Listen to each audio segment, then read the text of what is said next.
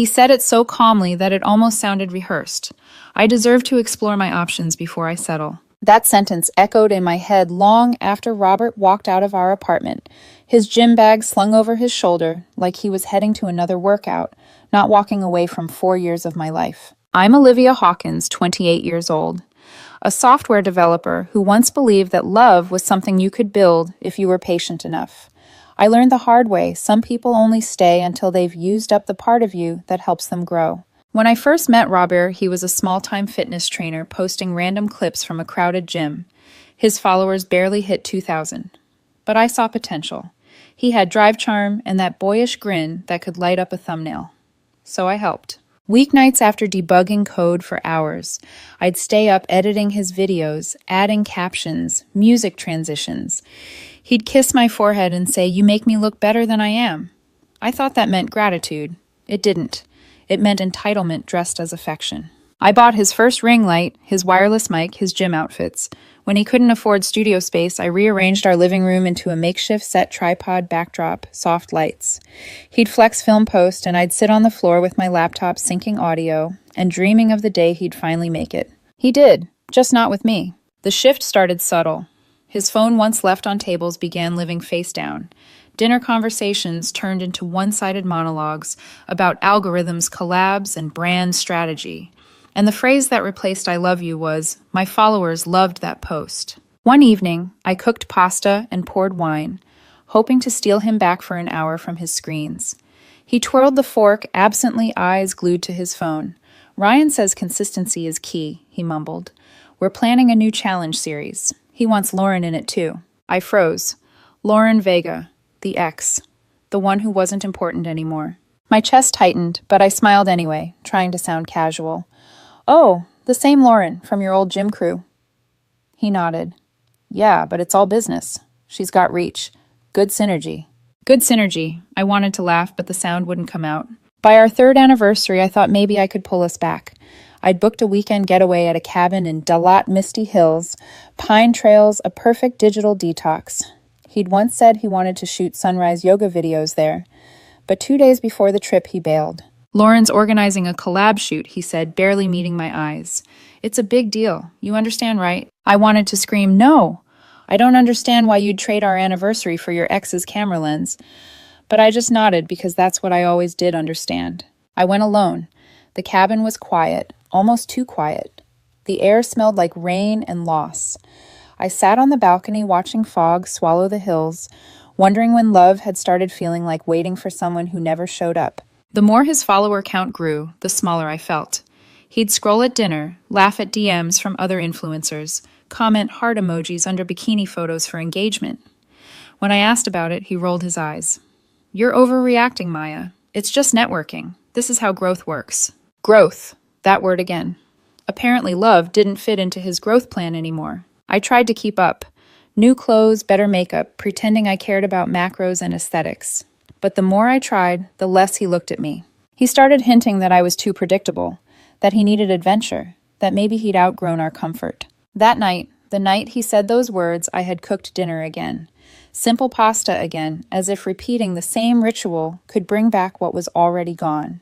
He barely touched his plate.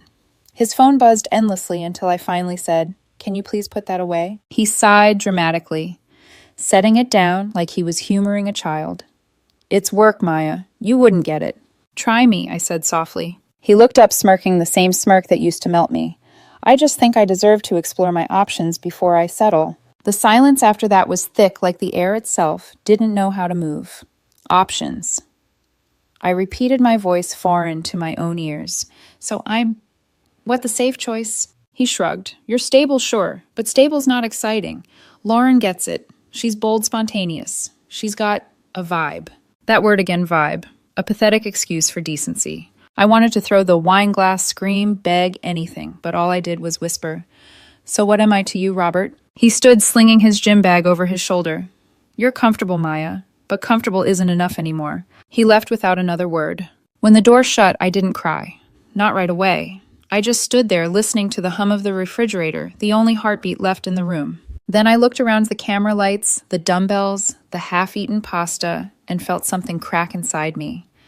I unplugged his ring light one by one, like extinguishing pieces of our history. He wanted to explore his options, fine. But when he found his way back, there would be no map leading to me. I took out my phone, blocked him on every app, and whispered to the empty room, "If he wants to explore, I'll make sure he gets lost." The morning after Robert left the apartment felt like a museum of ghosts. His cologne still hung in the air, faint but stubborn, clinging to the curtains. I walked from room to room, tracing the spaces he once filled the dent in the couch cushion. The cup he never rinsed, the camera stand that still faced the wall. 4 years of my life reduced to silence. I didn't beg him to come back. I didn't even text. Instead, I opened my laptop and found a new apartment, a small studio on the other side of the city, with one window facing the hills. It wasn't much, but it was mine. By that weekend, I'd boxed up everything that reminded me of him, his gym merch protein tubs, the framed quote, "Hustle harder," that used to hang in the hallway like a shrine. I left it all neatly labeled for pickup. He didn't deserve my chaos. He deserved my indifference. Moving day came with the kind of rain that feels cleansing rather than cruel. The movers barely spoke, which suited me fine. By the time they left, I stood alone in my bare studio, just me, a mattress, a desk, and the hum of the city beyond the glass. That night, I lay awake listening to the rain tap against the window. For the first time in months, there was no phone lighting up beside me. No urgent notifications. No Robert. The silence hurt at first, but slowly it started to sound like peace. I threw myself into work. When pain has no outlet, productivity becomes anesthesia. My manager noticed the change immediately. I stopped clocking out at 6. I stopped turning down new projects. My brain needed something to fix, and code was cleaner than heartbreak. No arguments, no guilt, just logic and results. 3 weeks in, my manager leaned over my desk and said, "Maya, you're on fire lately. How do you feel about leading the next AI integration project?" I blinked, stunned. The same promotion I'd declined last year because the travel would have conflicted with Robert's filming schedule. Now it was mine, and I said yes without hesitation. That night, I celebrated alone, cheap takeout, and a glass of wine. I looked out the window at the blurred lights below, smiling at the absurdity of it all. I had once postponed my own future to build his. Now, without him, mine was finally moving. Still, loneliness came in waves. Morning coffee tasted like memory. My bed felt too big. Sometimes I caught myself reaching for my phone to share a joke or a thought before remembering there was no one to send it to. But with every pang of emptiness, something else grew resolve. I started hiking again on weekends' trails I'd once saved for someday trips with him. The air was colder up in the hills, the silence heavier, but it didn't hurt. It healed. The trees didn't care that I was alone. The sky didn't ask questions. They just stood there, unbothered and endless. I joined a small outdoor group, mostly quiet people like me. That's where I met William, a civil engineer with an easy smile and a love for bad jokes. We hiked side by side, talking about everything but relationships. I didn't flirt, didn't plan, didn't hope. I just existed. And for the first time in a long while, existing was enough. Rumors reached me through mutual friends, uninvited but inevitable. Robert had gone public with Lauren Vega, the synergy he'd mentioned so confidently. Their feeds exploded overnight, matching gym selfies, couple workouts, captions about chasing dreams together. I watched for a second, then scrolled past, but not before noticing something. The smiles looked forced, the captions defensive. Every photo screamed performance. 2 weeks later, a coworker mentioned offhand, "Hey, isn't your ex that influencer who's getting dragged for fake sponsorships?" I shrugged. Was, not is. But curiosity betrayed me that night. I searched his name once, just once. The headlines were predictable. Fitness couple faces backlash over misleading giveaway. Comments flooded their posts, fans calling them plastic tryhards, fake love for clout. It was poetic justice I hadn't asked for. I didn't laugh, didn't gloat. I just stared at the screen until the irony sank in. The man who left me for excitement was now drowning in it. Weeks turned to months. My life found rhythm. Again work hiking, sleep repeat. Every now and then, the ghost of Robert would whisper in my memory, but quieter each time. One evening, after a long day, I got home and found an unfamiliar number flashing on my phone. Unknown. "Hey, Maya, it's been a while. Can we talk?" I stared at the screen, heart thudding not from longing, but from disbelief. Robert. I deleted it without replying. The next day, another message came, this time a voicemail. His voice cracked with a practiced tremble. "I messed up, Maya. You were always the real thing. Lauren used me. I see it now. Please, Just coffee. I owe you an apology. I played it once, then again slower. It sounded like a man rehearsing regret not feeling it. So I pressed delete. And for the first time since he'd left, I laughed. Not bitterly, just softly, like someone who finally recognized the absurdity of it all. He'd left to explore his options. I'd found my peace. As I turned off my phone, the city outside was quiet. I thought about the version of me who would have answered, the one who still believed closure came from hearing sorry. She didn't exist anymore. Now, I didn't need closure. I was closure. 3 months. That's how long it took before I realized I hadn't thought about Robert for an entire day. Not even once. It hit me while I was making coffee. My brain had finally stopped including him in every internal conversation. That was the first true victory. By then, work had become my anchor. The AI integration project was a success. My team delivered ahead of schedule, and my manager started looping me into executive meetings. The same woman who once canceled business trips to edit gym videos now stood in glass conference rooms explaining machine learning models to a room full of senior engineers. Sometimes I caught my reflection in those glass walls and barely recognized her sharper, calmer, and not waiting for anyone's approval. Still, ghosts find their way in through cracks. One afternoon during lunch, my coworker Jenna slid her phone across the table. "Did you see this?" she whispered. There it was. A video of Robert and Lauren, a staged apology vlog titled, "When You Lose Yourself for Love." They sat on a beige couch, faces tight with sincerity. Lauren's voice trembled as she said, "People online don't see the pressure. We just want to inspire others to keep chasing their dreams." Robert nodded solemnly. "We've learned a lot about loyalty and forgiveness." The comments section wasn't forgiving. "You cheated for clout. Stop acting like victims. Can't fake authenticity, bro." By the end of the week, their sponsorships started vanishing one by one. I didn't share it. I didn't even finish the video. But that night, for the first time in a long while, I allowed myself a small smile, not cruel, just satisfied. The universe had taken care of what I never had to. Around that time, William became more than a hiking partner. It started naturally. Post-hike coffees turned into dinners, and laughter replaced the silence that used to fill my nights. He wasn't flashy. He didn't talk about metrics or followers. He talked about books, road trips, and why people build bridges that outlast them. One evening, as we watched the sun dip behind the hills, he said, "You look lighter these days." I laughed. "You mean tired?" "No," he smiled. Like someone who stopped carrying things that weren't hers. Something in me softened. Not because I wanted a replacement, but because for once I felt safe being seen without having to perform. Still, life has a cruel sense of humor. The more peaceful I became, the more chaos found its way back. Mutual friends started dropping gossip like breadcrumbs. "Did you hear Robert and Lauren broke up? Apparently he cheated on her with another fitness model. Lauren's been ranting on her stories about fake men and toxic energy." I pretended not to care, but at night, curiosity tugged at me, like an old scar itching. I checked once her page, not his. Lauren's feed was a train wreck. Oversharing quotes about trust, crying selfies captioned, "He broke me," and cryptic reels about karma. It was poetic in a hollow way. Robert's account, once perfectly curated, looked desperate, now sponsored posts, dwindling, engagement tanking. His comments section had turned against him. Miss the old content. "Bro, maybe stop dating your co-collaborators. Downhill since Olivia left." That last one made me pause. I wasn't proud of the validation it gave me, but I'd be lying if I said it didn't sting sweetly. Weeks later, while waiting for a coffee at my usual spot, I overheard a familiar voice behind me. "Bro, I told him that collab was a bad idea. She tanked his brand." I turned slightly. 2 fitness guys from Robert's old circle were seated near the counter. One scrolled through his phone, shaking his head. "He's losing deals left and right. Sponsors don't want drama.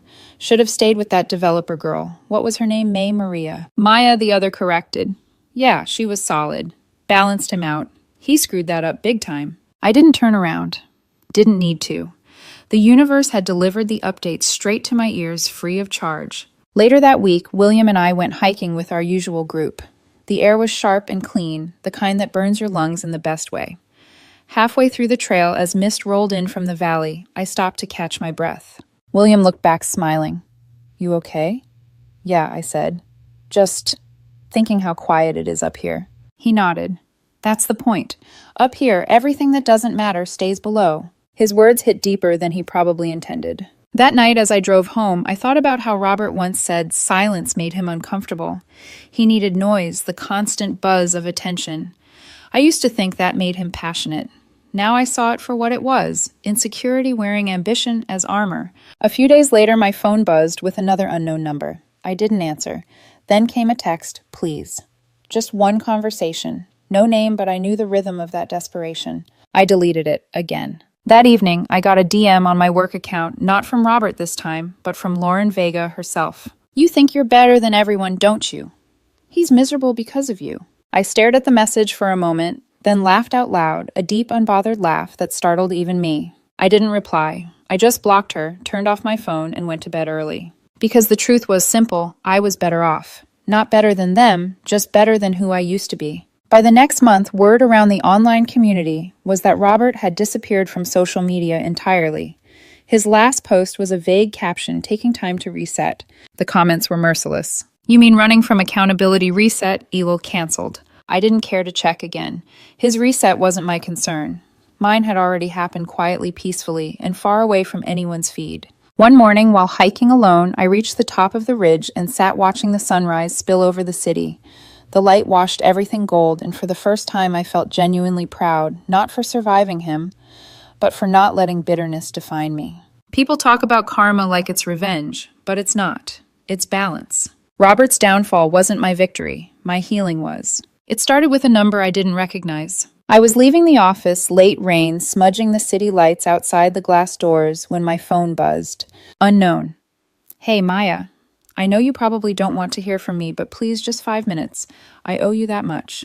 I stared at the screen, the name missing but the tone unmistakable. Robert. It had been nearly 6 months since he'd walked out with that gym bag slung across his shoulder, promising himself a brighter life.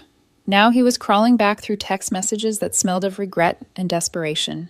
I didn't reply, not out of anger, just disinterest, the kind that comes after you've healed enough to see the pattern for what it is. That night, while brushing my teeth, another message arrived. I messed up. Lauren was a mistake. She used me for clout, for collabs, for followers. I see it now. You were the only real thing I had. He attached an old photo of us, one I'd deleted long ago, sitting on the balcony of our first apartment. His arms around me, both of us smiling at nothing in particular. The image didn't hurt like it used to. It felt like a museum artifact, something I could observe but not feel anymore. I deleted the message and went to sleep. The next morning, the calls began. Unknown numbers, each with the same voicemail, a sigh, then a pleading tone. Please, Maya, I just want to talk. I've lost everything. Sponsors, friends, even my apartment. I'm not asking for a second chance, just forgiveness. The irony nearly made me laugh. The man who once told me I was too stable now craved the very peace he'd thrown away. By the 5th call, I blocked the number, but he wasn't done. A few days later, my inbox pinged a long email, the subject line bold and self-pitying, I'm lost without you. Inside were paragraphs of emotional confetti. Apologies, excuses, and screenshots. His bank balance, his DMs filled with brand rejections, even a photo of his now empty apartment. He wanted me to see his suffering. I read none of it. Straight to trash. When someone burns a bridge, they don't get to complain about the swim. But Robert didn't understand that, because soon the messages began coming from other people. First, his sister, Maya. I know you two have history. Robert's not doing well. He's been drinking, talking about how much he misses you. Could you just meet him once for closure? Closure. That word again. As if I hadn't already built mine brick by brick, all by myself. Then came Lauren. Yes, her. I was halfway through a meeting when a DM popped up from her verified account. You think you're some kind of saint? You made him this cold. You turned him bitter. Congratulations. No punctuation, no grammar, just pure venom. For a moment, I just stared at it, the absurdity of being blamed by the very person who once liberated him. I almost typed a reply, something sharp, maybe poetic. But then I stopped. Because the greatest insult you can give a person like Lauren is silence. I blocked her, closed the app, and went back to my work presentation as if nothing had happened. Later that week, I met William for dinner. He noticed I was quieter than usual. You okay? He asked, setting down his chopsticks. Just echoes from my past life, I said with a half smile. They're loud sometimes. He studied my face for a second. Do you need me to handle anything? That made me laugh. What are you going to do? Out-hike them? He grinned, if that's what it takes. We both laughed, and just like that, the heaviness dissolved. That's what peace does. It doesn't erase the noise, it just makes you immune to it. But Robert wasn't done testing my boundaries. One rainy Friday, I came home to find a note slipped under my door. It wasn't handwritten, printed like an office memo. I'm sorry for everything. I just need to see you once face to face. I'll wait at the park on 5th tomorrow at 6 p.m. I folded the note and threw it into the trash. He could wait all night. He'd already made me wait long enough when I still believed he'd choose me. The next day, I didn't go to the park. Instead, William and I went hiking our usual route through the hills, mist thick enough to hide the world below. At the summit, as we sat watching clouds move beneath our feet, my phone buzzed again. A message from a different number. I waited. You didn't come. I guess you really don't care anymore. I looked at the screen, smiled faintly, and turned it off. I used to think love was about showing up for someone, I told William. He glanced at me. And now I think it's about knowing when not to. He nodded. That sounds like something someone who's finally free would say. I looked out at the horizon. The wind was cold, sharp, honest. And for the first time I believed it, I was free. A week later, mutual friends confirmed what I already suspected: Robert had hit rock bottom. Lauren had dumped him after he accused her publicly of ruining his brand. She clapped back with a series of teary Instagram stories that made them both look pathetic. Sponsors cut ties. The power couple became a cautionary tale overnight. He'd been couch surfing, begging for new deals, burning every bridge left to cross. One friend texted me privately. He's saying he misses the version of himself he was with you. I replied simply, he doesn't miss me. He misses who he was allowed to be when I still believed in him. Some nights I thought about replying, not out of forgiveness, but out of finality. Then I'd remember how it felt to sleep next to a phone that never stopped buzzing. How small I used to feel in the shadow of his ambition. And I'd realize I didn't need a final word. The story had already ended, he just hadn't accepted the credits were rolling. A month later, his last attempt came through a burner email. You can ignore me, but you can't forget me.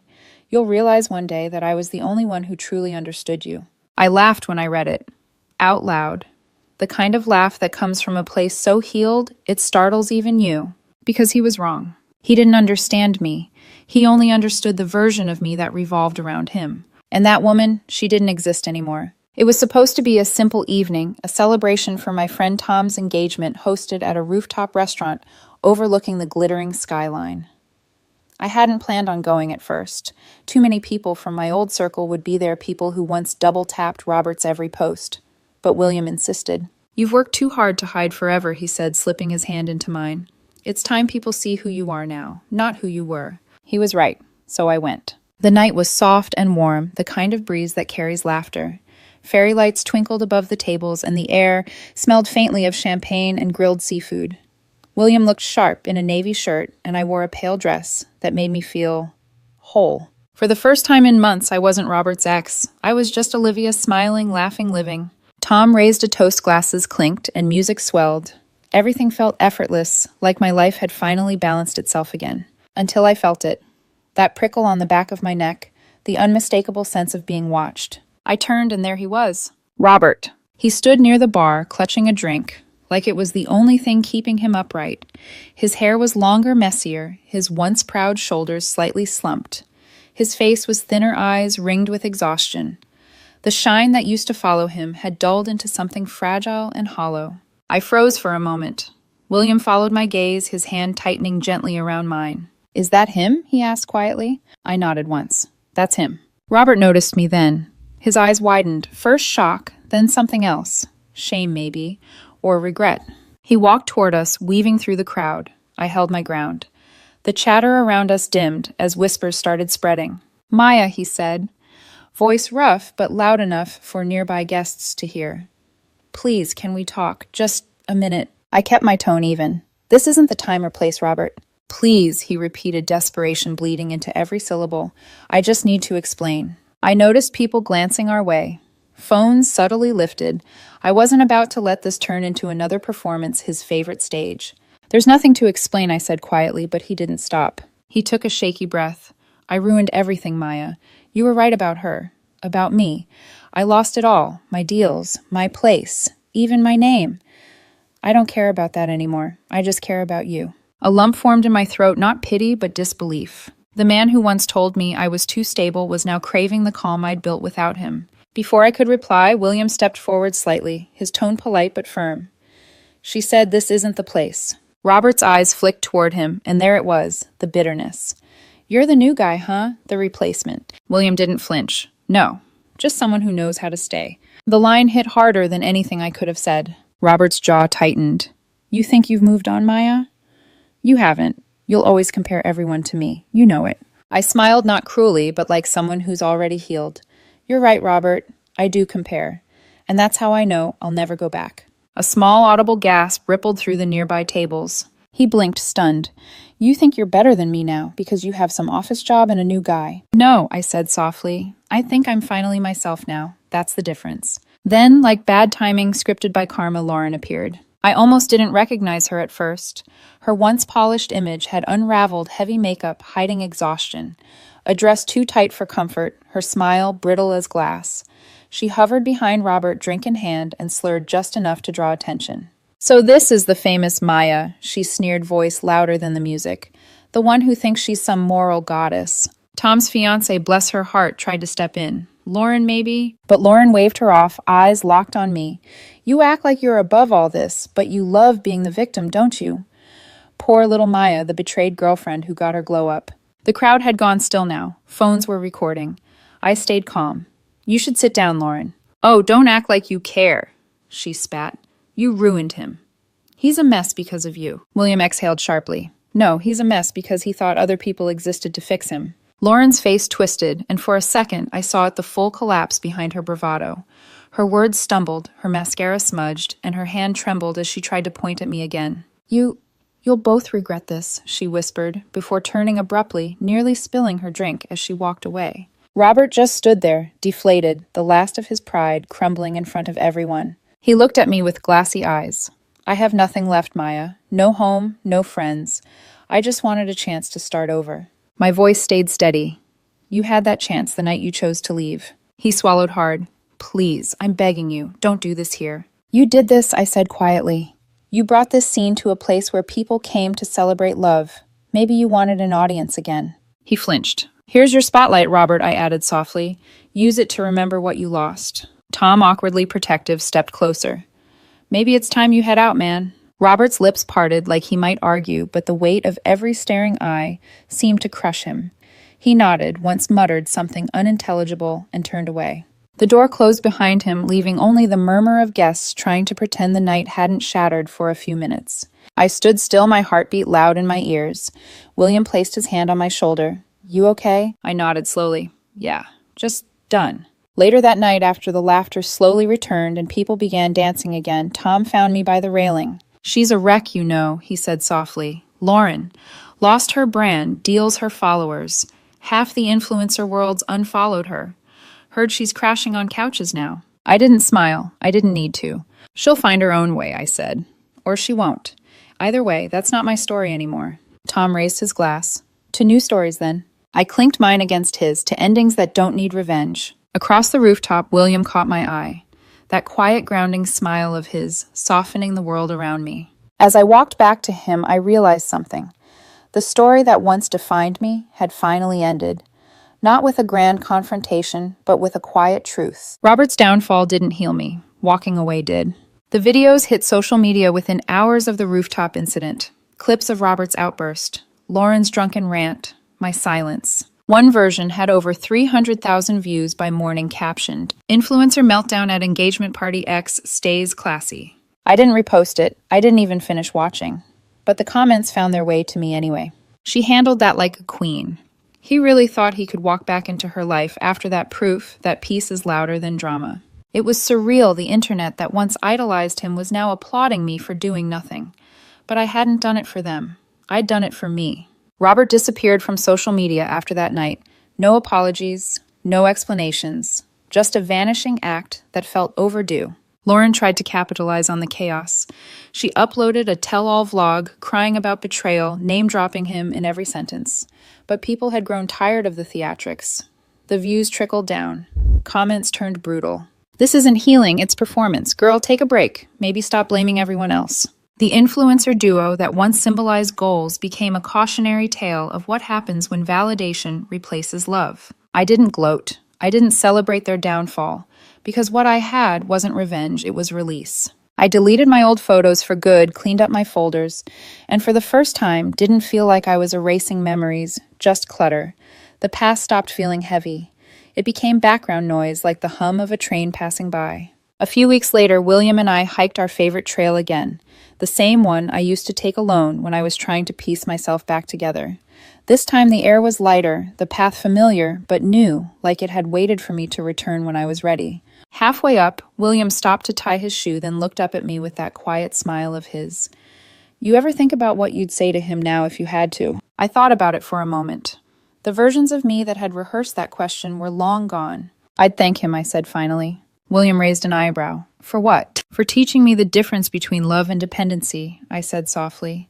For showing me that sometimes losing someone is the only way you find yourself again. He smiled, eyes warm. That's very poetic. I chuckled. It's very true. When we reached the summit, the city stretched beneath us, golden lights shimmering under the evening sky. The same city that once held my heartbreak now held my peace. I sat on a rock, closing my eyes as the wind brushed through my hair.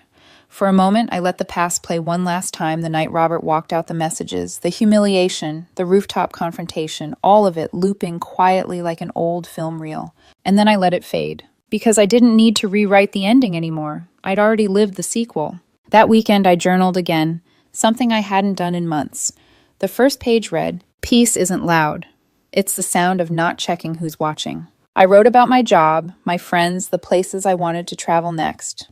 Not once did I mention him. That was when I realized healing isn't about forgetting someone. It's about remembering yourself before they rewrote you. A month later, I bumped into one of Robert's old acquaintances at a tech conference. He recognized me instantly. You're Maya, right? Robert's ex. I hesitated for a second before answering. I used to be. He laughed awkwardly. Yeah, right. I heard he moved out of the city. Doing some personal training gig up north. Low-key stuff. Doesn't post anymore. I nodded, polite but detached. When he walked away, I felt nothing. Not sadness, not relief, just nothing. That's how I knew it was truly over. That night, William and I had dinner at a quiet rooftop cafe. The city hummed below us, distant but alive. He raised his glass toward me. You know I never told you this, but when I first met you, you looked like someone waiting to exhale. I smiled. And now? Now he said you look like someone who finally learned how. I looked at him, really looked, and realized that this was what love was supposed to feel like. Steady, patient, and real. No competition, no performance. Just peace that doesn't ask to be earned. Before bed that night, I checked my phone one last time. No missed calls, no messages, no ghosts, just quiet. I stood by the window, looking out at the city lights, the same view I used to share with Robert, except now it wasn't haunted by memory. It was just mine. And in that silence, I whispered,